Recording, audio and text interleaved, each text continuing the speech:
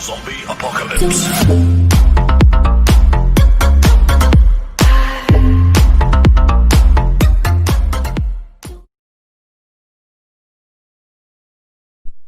Hola, mi nombre es Orlando Ayala y el día de hoy vamos a hablar sobre la dilatación.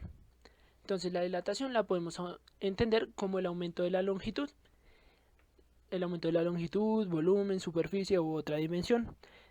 Cuando va a aumentar la temperatura. Esto quiere decir que cuando aumenta la temperatura, el volumen, superficie u otra dimensión va a incrementarse. ¿Correcto? Entonces, para la dilatación encontramos tres tipos: la lineal, superficial y volumétrica. La lineal viene dada por la fórmula que es variación de la longitud por la constante lineal por longitud inicial por la variación de la temperatura, ¿correcto? La ecuación de dilatación superficial viene dada por variación del área por gamma por la área y por la variación de la temperatura. Este gamma va a ser dos veces la constante lineal. Y la volumétrica. Entonces la volumétrica viene dada por la fórmula que es variación del volumen por beta por volumen por variación de la temperatura. ¿Correcto? Esta beta viene dada por o es igual a 3 por el coeficiente lineal. ¿Correcto? Entonces la lineal va a aumentar, sea longitud, perdón, va a aumentar ancho o alto. ¿Correcto? En la superficie van a aumentarse ancho y alto. Y en la volumétrica va a ser ancho, alto y profundo. Bueno, así al revés. Pero bueno, entonces entendiendo todo esto, ya podemos continuar con el ejercicio. Entonces, el ejercicio dice: un puente de acero, correcto. Por las mañanas, cuando la temperatura está a los 19 grados centígrados, mantiene una longitud de 130 metros de largo. Pero por la tarde registra un aumento en su longitud de 130,022,42,5 metros. ¿Qué temperatura alcanzará o qué temperatura debe alcanzar para pues tener esta longitud al final? Entonces, acá está un esquema del ejercicio. Entonces, tenemos aquí la longitud inicial de 130 metros y ya pasado el tiempo ha aumentado un poco, que es 130,022,425 metros, ¿correcto? Queremos hallar la temperatura. Entonces, ¿qué datos nos están dando? Nos están dando lo que es la longitud inicial, 130 metros, temperatura inicial, 19 grados centígrados, longitud final, que es de 130,022,425 metros, y nos están dando el coeficiente. Tenemos el coeficiente porque el material es acero y conocemos el coeficiente lineal del acero, que es de 11 por 10 a la menos 6 grados centígrados a la menos 1. Correcto, entonces vamos a usar esta fórmula para hallar la temperatura.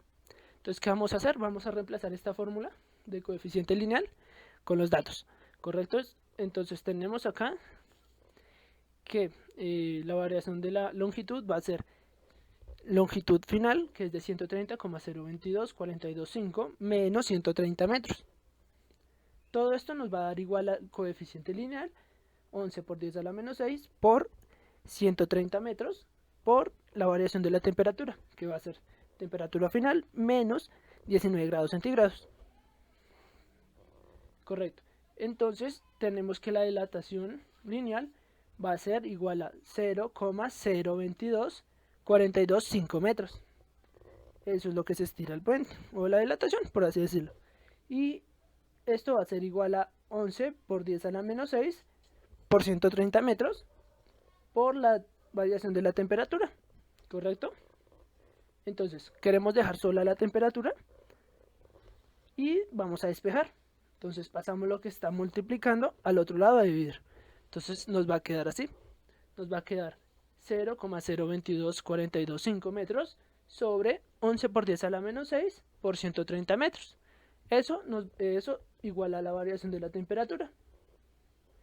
Entonces, vamos a coger, para despejar T final, vamos a coger lo que está sumando, que son los menos 19 grados centígrados, que van a pasar al otro lado a sumar, ¿correcto?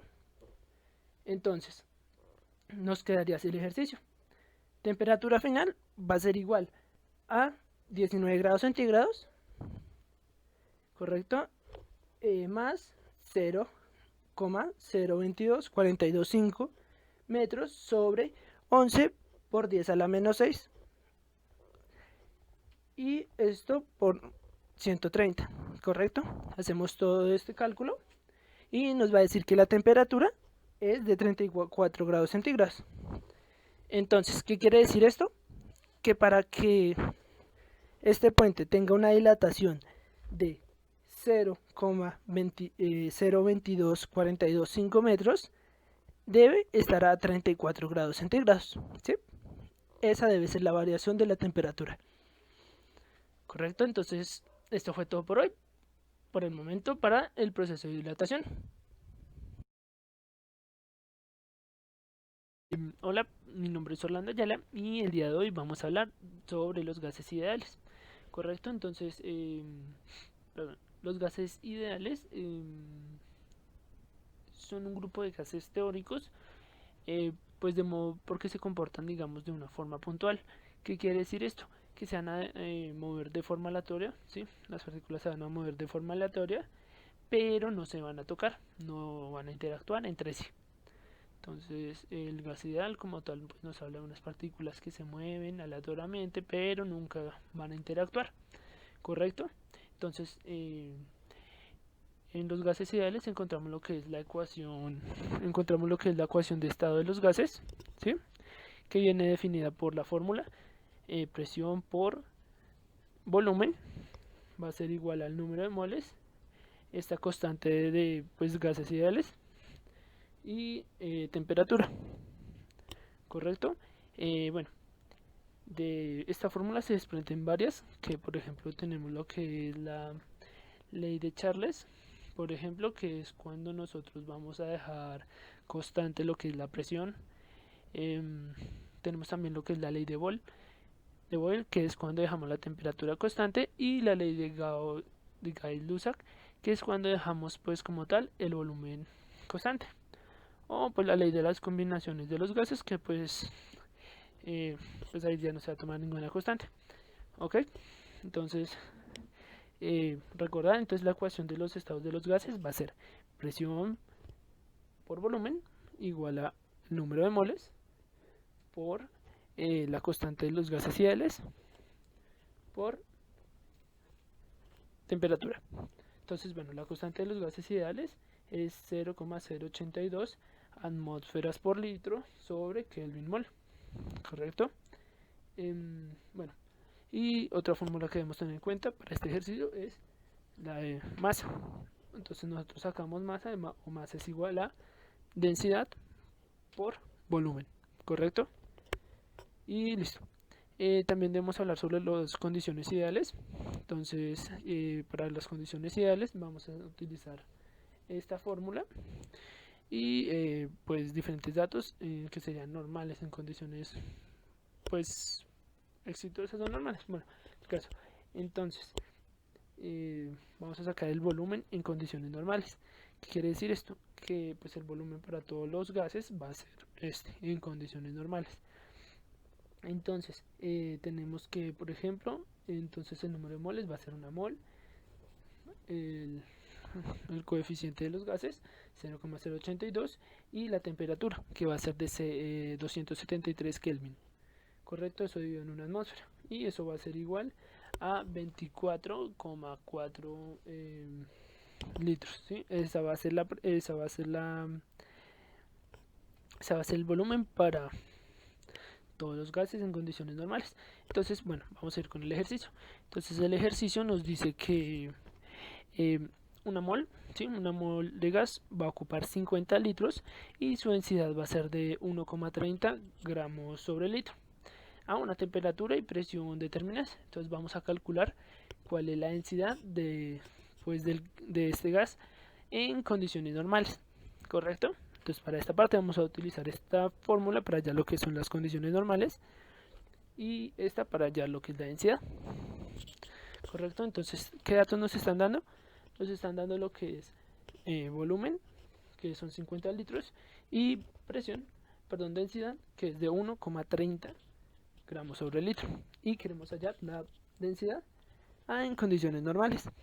Entonces reemplazamos en esta fórmula y hallamos la masa.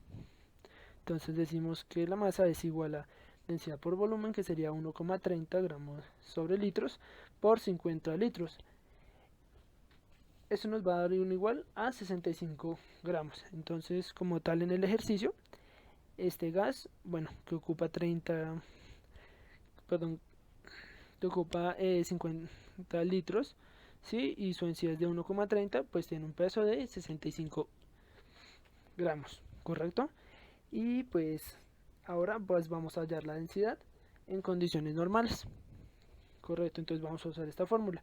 Entonces, para hallar la densidad vamos a despejar esta fórmula, correcto. Pasamos este volumen que está multiplicando al otro lado a dividir, y nos quedaría que la densidad es igual a la masa sobre el volumen, masa sobre volumen, correcto. Entonces ahora decimos que bueno, reemplazamos. Entonces la presión en condiciones normales va a ser la masa, que son estos 65 gramos, sobre el volumen. En condiciones normales el volumen va a ser de 22,4 litros, y nos va a dar un total de que la densidad en condiciones normales de este gas va a ser de 2,9018 gramos sobre litros. Ok, hasta luego, espero que les haya quedado un poquito más claro sobre pues los gases ideales. Hola a todos, mi nombre es Orlando Ayala y el día de hoy vamos a hablar sobre la segunda ley de la termodinámica. ¿Correcto? ¿Qué nos dice la segunda ley de la termodinámica?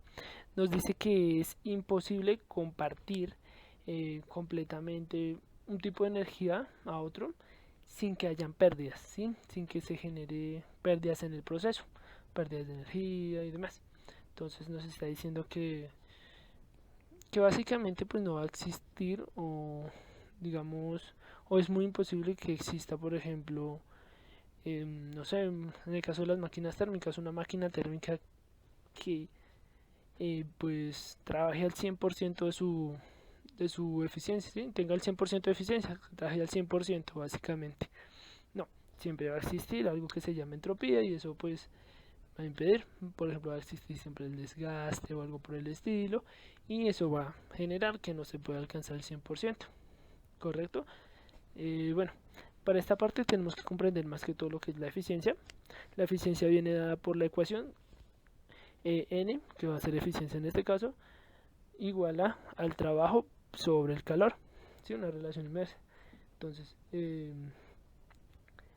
trabajo sobre calor, ¿correcto? O en caso de que digamos no tuviéramos la fuerza, no la esté dando en el ejercicio, o pues solo tengamos los dos calores, vamos a hacer eficiencia es igual a 1 menos calor 2 sobre calor 1, ¿correcto? El calor 1 es el que se está suministrando y el calor 2 es el que se está absorbiendo.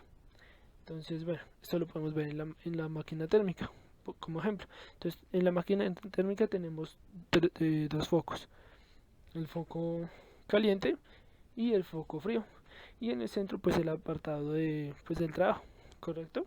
Entonces el foco caliente es el que nos va a dar la energía y demás.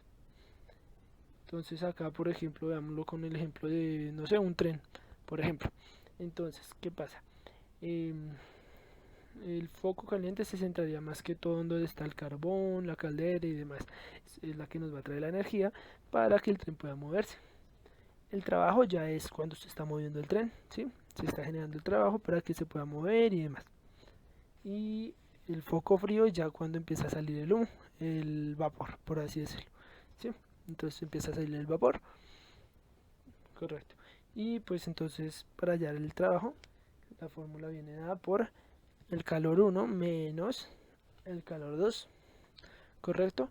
Es de tener importancia, o bueno, tener en cuenta que el calor 1 siempre va a ser mayor que el trabajo, ¿correcto?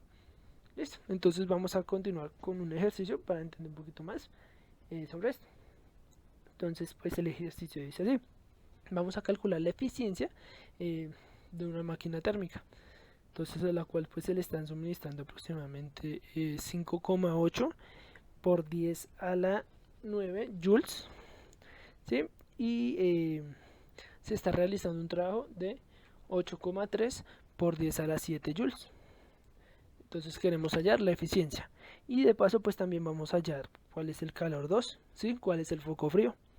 Entonces, bueno, vamos a reemplazar en esta fórmula de eficiencia y vamos a ver. Entonces, bueno, entonces acá vamos a colocar el trabajo que es 8,3 por 10 a la 7 joules sobre el calor, que es 5,8 por 10 a la 9 joules. Entonces esto nos va a dar igual a 0,0143. Esto lo vamos a multiplicar por 100 para sacarle el porcentaje y nos va a dar que esta máquina térmica tiene una eficiencia del 1,43. Entonces bastante bajo, la verdad, y bastante mal. Entonces eso quiere decir que no, o sea, que no está transmitiendo mucha energía, por así decirlo. Y bueno, entonces vamos a hallar ahora el foco frío. Entonces, para hallar Q2 vamos a despejar esta fórmula de trabajo y entonces nos sale que calor 2 va a ser igual a Q1 o calor 1 menos el trabajo. Entonces eso sería igual a decir que 5,8 por 10 a la 9 menos 8 por 3, perdón, 8,3 por 10 a la 7, ¿sí? Entonces 5,8 por 10 a la 9 menos 8,3 por 10 a la 7 nos va a dar un total de 5,7, perdón, 5,717 por 10 a la 9. Entonces, pues comparando calor 1, calor 2, vemos que lo que está transmitiendo es muy poquito, ¿correcto? Entonces, pues ya con esto espero que les haya quedado un poquito más claro y pues nada, hasta luego, con gusto.